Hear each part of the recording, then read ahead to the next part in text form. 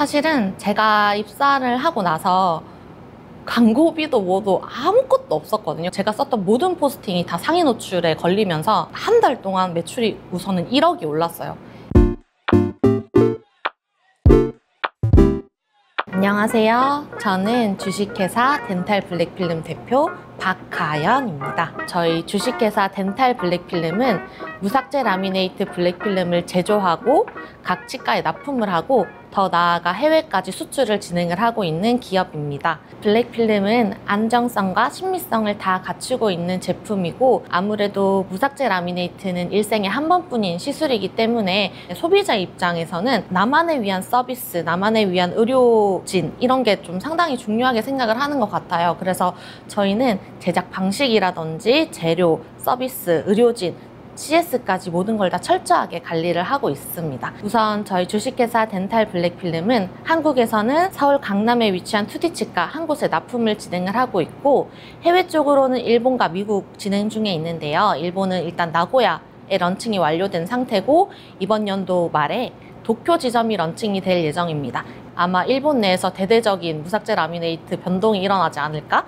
예상을 하고 있습니다. 그리고 다음은 미국인데요. 미국은 내년 1월에 런칭을 앞두고 있고, 뉴욕 센트럴파크가 한눈에 보이는 빌딩 고층에 위치를 하고 있고, 치과 체어에 앉으면은 센트럴파크가 정말 한눈에 보일 수 있도록 설계가 진행이 되고 있습니다. 이제 일본과 미국이 안정화가 된다면 미국은 이제 2호점으로는 마이애미 지점을 생각을 하고 있고, 그 이후로 안정화가 된다면 유럽과 동남아까지도 진출을 예상을 하고 있습니다.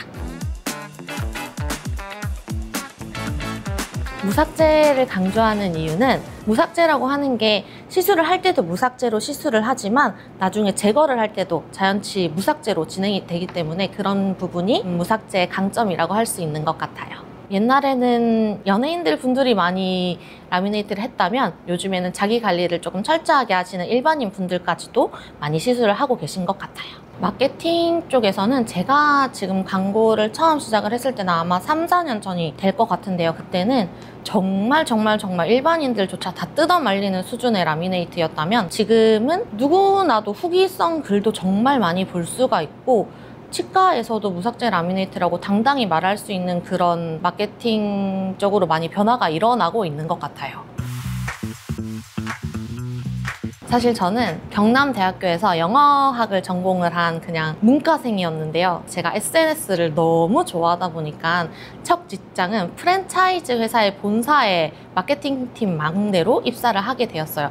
아마 그때 연봉이 제가 2,300이었나? 7, 8년 전이었어요, 그때가. 그때 2,300으로 입사를 해서 약 4년간 일을 정말 잘 배웠어요. 그 뒤로는 제가 개인 카페도 한번 해보고 싶어서 개인 카페도 한번 창업을 해봤고, 아마 카페 창업을 하신 분들은 알 거예요. 사장인 제가 그 매장이 없으면 사건 사고가 항상 일어나고, 구석구석 모든 게 다 사장의 손길이 들어가야 하는 부분이거든요. 근데 저는 코로나가 딱 터졌을 시점에 개인 창업을 했고, 한 2년간 운영을 해오면서 정말 열심히 운영했어요. 저 아침 8시에 오픈이었는데, 아침 8시에 오픈을 하려면 최소한 7시 반까지는 출근을 해야 되고, 마감도 저녁 9시까지 저 혼자 다 했었거든요. 그때 제 꿀팁이라고 할 수 있다면, 모든 단골 손님들의 메뉴를 제가 직접 다 기억하고 있어서 딱 문에 들어오면 바로 음료 만들어서 바로 드리고 그랬었거든요. 그러한 것들이 다 쌓이고 쌓여서 권리금까지도 받고 제가 나올 수 있었던 계기가 되었던 것 같아요. 그 카페를 운영하면서 조금 더 비즈니스적인 감각을 키웠던 것 같고, 그 이후로는 정신적인 노동을 하기가 싫다라는 느낌이 들어서 좀 단순 노동을 할 수 있는 업무를 많이 찾아다녔어요. 그러다가 알게 된 게 2D 치과였고, 그때 당시에는 제가 2D 치과 컨시어지 업무를 채용 공고로만 봤을 때는 뭔가 전략적인 싸움을 하거나 기획을 하거나 그런 업무가 없는 것 같아 보였거든요. 그래서 일단 지원은 컨시어지 업무로 진행을 하게 됐고, 면접을 보고 나니까 제 이력서에 마케팅 했던 경력이 있어서 이제 2D 치과 김현모 대표님께서는 마케팅 팀으로 이제 하는 게 어떻겠냐라고 제안을 주셨고, 이제 그렇게 진행이 되었는데, 제가 이제 2D 치과 입사를 하고 나서 보니까 컨시어지 업무는 단순 노동이 아니라 정말 많은 것을 하는 소중한 팀이더라고요. 제가 이전에 생각했던 그 단순 업무랑은 조금 많이 동떨어진 업무인 것 같고, 아마도 제가 컨시어지로 입사를 했다 하더라도 머리는 쉴 수 없었겠다 싶어요. 사실은 제가 입사를 하고 나서 광고비도 뭐도 아무것도 없었거든요. 그냥 저에게 주어진 건 책상 하나, 모니터 2개, 이게 끝이었는데, 아마 마케팅 팀이라면 다 아실 거예요. 그 광고비가 있어야 뭔가 광고를 할 수가 있거든요. 광고비가 없으니까 뭔가 제가 할 수 있는 게 없는 거예요. 그래서 생각을 하다가, 제가 사실 개인 블로그도 하고 있고 개인 SNS 이런 거 하는 걸 너무 좋아해가지고 그냥 내 블로그로 하자 해가지고 제 블로그에 글을 쓰기 시작했고, 제 개인 인스타그램에도 글을 쓰기 시작했고, 이게 글을 쓰자마자 바로 상위 노출이 되어버린 거예요. 그 시점에는 치과의 입장에서 정말 광고성 그런 시안이라고 해야 되나, 이미지 같은 게 많이 있었는데, 아마 그 시점에 만약 라미네이트를 찾아보는 사람들에게는 제 글이 좀 눈에 띄었을 거예요. 일반인 입장에서 쓰는 글이다 보니까 그런 점이 좀 먹혔고, 제가 썼던 모든 포스팅이 다 상위 노출에 걸리면서 한 달 동안 매출이 우선은 1억이 올랐어요. 이 매출이 1억이 오르고 나니까 그때부터 김현모 대표님이 좀 하네? 이런 생각을 좀 했던 것 같아요.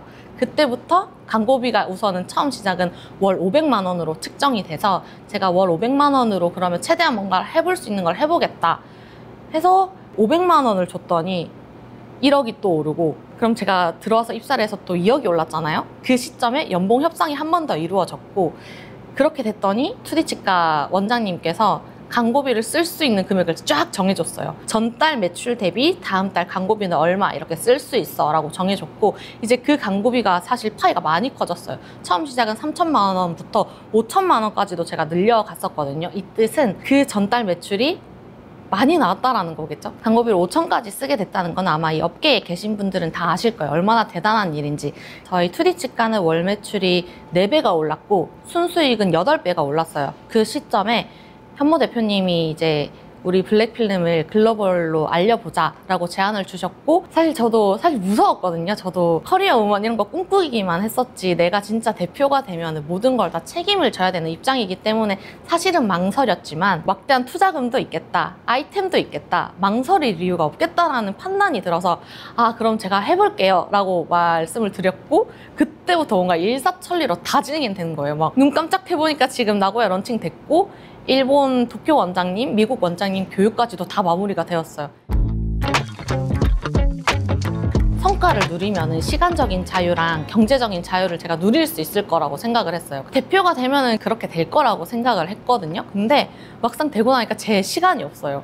그냥 저는 주 7일 일하는 사람이에요. 월요일부터 일요일까지 일을 하고, 자유시간에도 사실 그 해외 클라이언트가 연락 오면 바로바로 대답을 해줘야 되고, 미국은 시차가 거의 14시간인가? 낮과 밤이 반대거든요. 새벽에 연락이 오면 사실 저는 되게 예민해서 띠링 알람만 울려도 바로 잠에서 깨거든요. 그러면 새벽에 일어나서 또 컴퓨터 앞으로 가서 대답해주고 있는 거예요. 그 메일 작성하고 이런 식으로 제 시간이 없고, 이게 만약에 일반 직장인이었다면 사실 이렇게 할 수 있었을까라는 생각이 드는데, 아무래도 내게 아니라는 생각이 들면 이렇게까지 나서서 하진 않을 것 같고, 급여는 조금 올랐을지 몰라도 시간이 없어져서 급여를 쓸 시간이 없어요. 저도 사실 대표로 임하는 게 처음이고, 아무래도 2D치과에서 마케팅 팀장으로 근무를 했다 하더라도 팀원이 많지가 않았기 때문에 저도 그렇게 좀 다수의 인원들을 컨트롤을 어떻게 해야 되는지 사실은 많이 처음엔 어려웠어요. 사실 지금도 어렵긴 해요. 이게 누가 알려주지 않는 거기 때문에 겪어봐야만 알 수가 있고, 그래서 사실 저는 2D치과 김현모 원장님한테 많이 자문을 구하기도 하고, 프랜차이즈 본사에 있을 때는 제가 그때는 막내였잖아요. 그때 알게 되었던 그 프랜차이즈 본사 대표님한테도 찾아가서 자문을 구하기도 해요. 이런 어려움이 있으면 조금 높으신 분들에게 자문을 구하는 것도 좋을 것 같아요. 제가 앞으로 이 채널에는 모든 정보들을 알려드리는 시간도 가질 거지만, 이렇게 스타트업 대표로서 제가 어떻게 성장해 나가는지에 대한 모습도 많이 담아 볼 텐데요. 구독자분들께서도 제가 어떻게 하면 더 좋은 CEO가 될지 댓글 남겨주시면 제가 꼭 읽고 참고해서 시행을 해보도록 하겠습니다.